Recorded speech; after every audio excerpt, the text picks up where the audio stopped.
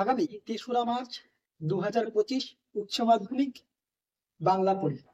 এই পরীক্ষার আগে জেনে নাও কোথায় নাম, রোল নাম্বার, রেজিস্ট্রেশন নাম্বার লিখতে লাগে, পাশাপাশি এমসিকিউ এর উত্তর কিভাবে লিখবে, এমসিকিউ এর জন্য কতটুকু জায়গা থাকে, এসিকিউ এর জন্য কতটা জায়গা থাকে, এবং এসিকিউ এর উত্তর যদি তোমার ওই জায়গার মধ্যে না হয় তাহলে তুমি কি করবে, ইত্যাদি একাধিক বিষয় থাকছে আজকের আমাদের এই আলোচ্য ভিডিও।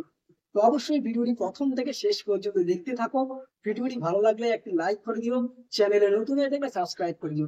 ইতিমধ্যে আমরা বাংলা, ইতিহাস, এডুকেশন ইত্যাদি বিভিন্ন বিষয়ের একাধিক লাস্ট মিনিট সাজেশন প্রোভাইড করেছি উত্তর সহ। না দেখে থাকলে অবশ্যই আমাদের প্লেলিস্টে গিয়ে অথবা ডেসক্রিপশন বক্সে লিংকে করেও দেখে নিতে পারো। তো চলো শিক্ষার্থী বন্ধুরা, আজকের এই সরাসরি ভিডিওটির দিকে আমরা চলে যাচ্ছি। সরাসরি আমরা দেখে নিচ্ছি বোর্ডের একটি অরিজিনাল নমুনা খাতা। কোথায় তুমি নাম লিখবে, কিভাবে লিখবে, এবং এমসিকিউ এর জন্য কতটা জায়গা থাকে, এসিকিউ এর জন্য কতটা জায়গা থাকে, কোন ভুলগুলি করবে না তা তোমার কাছে জলের মতো পরিষ্কার হয়ে যাবে। দেখো, প্রথমত হচ্ছে তুমি কি পরীক্ষা দিচ্ছ। উচ্চ মাধ্যমিক পরীক্ষা, উচ্চ মাধ্যমিক পরীক্ষার টিক মার্ক দিলে এরপরে পরীক্ষার ইয়ার কত, অর্থাৎ কোন বছর পরীক্ষা দিচ্ছ, তাহলে এখানে 2025 হবে। ক্লিয়ার। নেক্সট, এরপর বিষয়, অর্থাৎ কোন বিষয়ের উপর পরীক্ষা দিচ্ছ।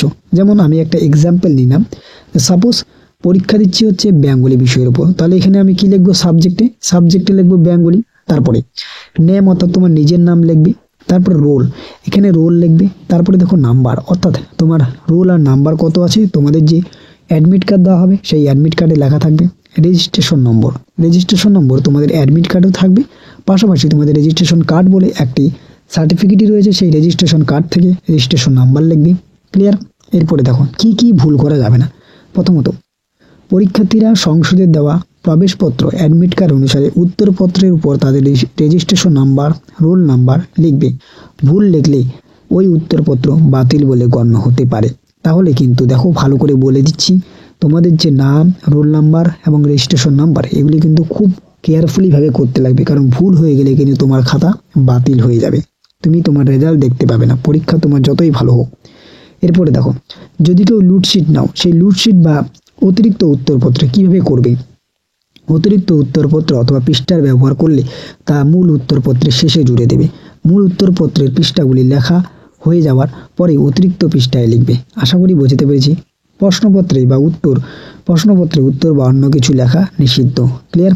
উত্তরপত্রে প্রশ্নের উত্তর ব্যতীত অন্য কিছু লিখলে উত্তরপত্র বাতিল বলে গণ্য হতে পারে। তাহলে যদি তুমি উত্তরপত্রে অন্য কিছু লেখো উত্তর ছাড়া, তাহলে কিন্তু তোমার খাতা বাতিল হয়ে যাবে। ওকে, তাহলে এই হচ্ছে বিষয়। এরপরে দেখো এমসিকিউ আর এসিকিউ।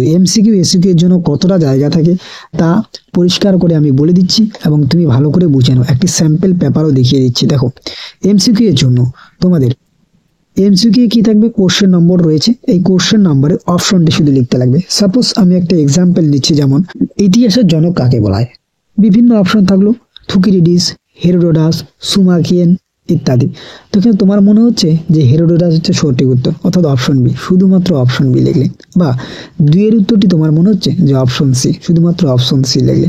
3 এর উত্তরটি মনে হচ্ছে শুধু অপশন ডি, তাহলে অপশন ডি লিখলে। অর্থাৎ এইভাবে কিন্তু তোমাকে এমসিকিউ এর উত্তরগুলি লিখতে লাগবে। তোমাকে কিন্তু এখানে ইন ডিটেলসলি লিখতে লাগবে না, শুধুমাত্র কোশ্চেন নাম্বারে যে অপশনগুলি থাকবে সেই অপশনগুলি লিখবে, যে অপশন বি, এ, সি ইত্যাদি। এইভাবে যাদের ইতিহাস রয়েছে বা এডুকেশন রয়েছে, তোমরা নিশ্চয়ই জানো তোমাদের 24টি এমসিকিউ থাকে। তাহলে এখানে দেখো, এখানে কিন্তু টোটাল 30টি এমসিকিউ দেওয়া রয়েছে। আবার যাদের জিওগ্রাফি রয়েছে বা প্র্যাকটিক্যাল যে সমস্ত সাবজেক্টে রয়েছে, যাদের 70 মার্কের মধ্যে পরীক্ষা, তাদের আবার এমসিকিউ 21 হয়। কিন্তু এখানে এমসিকিউগুলি তুমি কিভাবে করবে আশা করি বোঝাতে পেরেছি। তোমাকে কিন্তু লিখতে লাগবে না ডিটেলসলি যে ইতিহাসের জন্য হেরোডোটাস, এখানে হেরোডোটাস লিখলে এরকমটা না, কিন্তু তোমাকে শুধু অপশনগুলি লিখতে লাগবে যে কোন অপশনটি সঠিক। এরপরে দেখো এসিকিউ এর জন্য এসিকিউ কোশ্চেন নাম্বার 2। এবার এসিকিউ দেখো, এসিকিউ কিন্তু তোমার কাছে শুধুমাত্র এইটুকু জায়গা থাকবে, কোশ্চেন নাম্বার দেবে শুধুমাত্র এই স্পেস অফ আনসার, অর্থাৎ এই যে জায়গাটা রয়েছে এই জায়গাটাতে তোমাকে 1 নম্বর উত্তর লিখতে লাগবে, তারপর 2 নম্বর উত্তরটি লিখতে লাগবে। দেখো, এসিকিউ কিন্তু তুমি খুব বড় করে বাড়িতে পড়বে না, তাহলে কিন্তু তোমার লিখতে অসুবিধা হবে। তাই অবশ্যই তুমি চেষ্টা করবে ছোট মতো করে এসিকিউগুলি লেখার। ক্লিয়ার। তাহলে এসিকিউ এর জন্য জায়গা দেওয়া রয়েছে, সেই জায়গার উপর ডিপেন্ড করে তোমাকে লিখতে লাগবে। এছাড়াও দেখো, যদি কারো মনে হয় যে এসিকিউটি আমার এই জায়গার মধ্যে সম্পূর্ণ হচ্ছে না, সাপোজ এই জায়গাটির মধ্যে সম্পূর্ণ হচ্ছে না, তাহলে তোমার কাছে কিন্তু পরের যে পেজটি থাকছে এই পেজটিতে কিন্তু তুমি চাইলেই সেই এসিকিউগুলির নাম্বারিং দিয়ে 1, 2 বা 3 যেই নাম্বারটি তোমার ওখানে জায়গা ধরছে না ততটুকু জায়গার মধ্যে তাহলে তুমি এখানে নাম্বার দিয়ে সেই উত্তরটি এখানে ক্লিয়ার করে লিখবে। তারপর ধরে নাও 16 নম্বর প্রশ্নটি তোমার এখানে জায়গা ধরছে না, তাহলে তুমি কি করবে, তাহলে 16 নম্বর প্রশ্নটি তুমি এখানে লিখবে, 16 নাম্বার দেবে। তারপরে এখানে উত্তরটি লিখলে, লেখার পরে তুমি এটাকে কলাম আকারে দিয়ে দিতে পারো, যেটি হচ্ছে 16 নাম্বার, অথবা তুমি এটাকে জাস্ট একটি আন্ডারলাইন করে দিয়ে দিতে পারো, যেটি হচ্ছে 16 নাম্বার। তো এইভাবে কিন্তু তোমার জন্য একটা পেজ রয়েছে, সেই পেজটিতে তুমি চাইলে লিখে নিতে পারো। যদি কোনো এসিকিউ তোমার জায়গা না হয়, তাহলে এমসিকিউ এসিকিউ কিভাবে লিখবে তা তোমার কাছে জলের মতো পরিষ্কার হয়ে গেছে, এবং নাম, রোল নাম্বার, রেজিস্ট্রেশন নাম্বার কোথায় লিখবে এটিও তুমি বুঝতে পেরেছো। তো ভিডিওটি ভালো লাগলে অবশ্যই বন্ধুদের মাঝে শেয়ার করে দিও, চ্যানেলে নতুন হয়ে থাকলে সাবস্ক্রাইব করে দিও। আর এখানে দেখো, এই বিষয়টিতে কিন্তু তুমি কোথাও কিছু লিখবে না, কারণ এখানে হচ্ছে যারা তোমার খাতা দেখবেন এক্সামিনার, তাদের জন্য কিন্তু এই জায়গাটি। যেমন 1 নম্বর কোশ্চেনে তুমি কত নাম্বার পাচ্ছ, যেমন 1 নম্বর কোশ্চেনে তুমি কত মার্কস পাচ্ছ, ধরো 1 মার্কস পাচ্ছ, 1 লিখবে। ধরো 6 নাম্বার কোশ্চেনে তুমি 8 মার্ক পাচ্ছ, তাহলে এখানে 8 মার্ক লিখবে। অর্থাৎ এটা কিন্তু তোমার কাজ নয়, এটা হচ্ছে যিনি খাতা দেখবেন তাদের কাজ। ওকে, আশা করি আমি পরিষ্কার করে বোঝাতে পেরেছি। এই যে এক্সামিনার সিগনেচার, এখানেই কিন্তু তুমি সিগনেচার করবে না, স্কুটিনার সিগনেচার, এটাও কিন্তু তোমার নয়, এটাও কিন্তু তোমার নয়। ওকে, তুমি যদি পরবর্তীতে স্কুটনি বা রিভিউ করো, সেক্ষেত্রে স্কুটনি যিনি দেখবেন তাদের এখানে সিগনেচার করতে লাগবে। ওকে, তো এটা তোমাদের বিষয় নয়। আশা করি আমি পরিষ্কার করে বোঝাতে পেরেছি। তো আজকের এই ভিডিওটি এ পর্যন্ত, দেখা হচ্ছে পরবর্তী কোনো এক ভিডিওতে। ততক্ষণ পর্যন্ত পড়তে থাকো, জানতে থাকো এবং অবশ্যই আমাদের পাশে থাকো।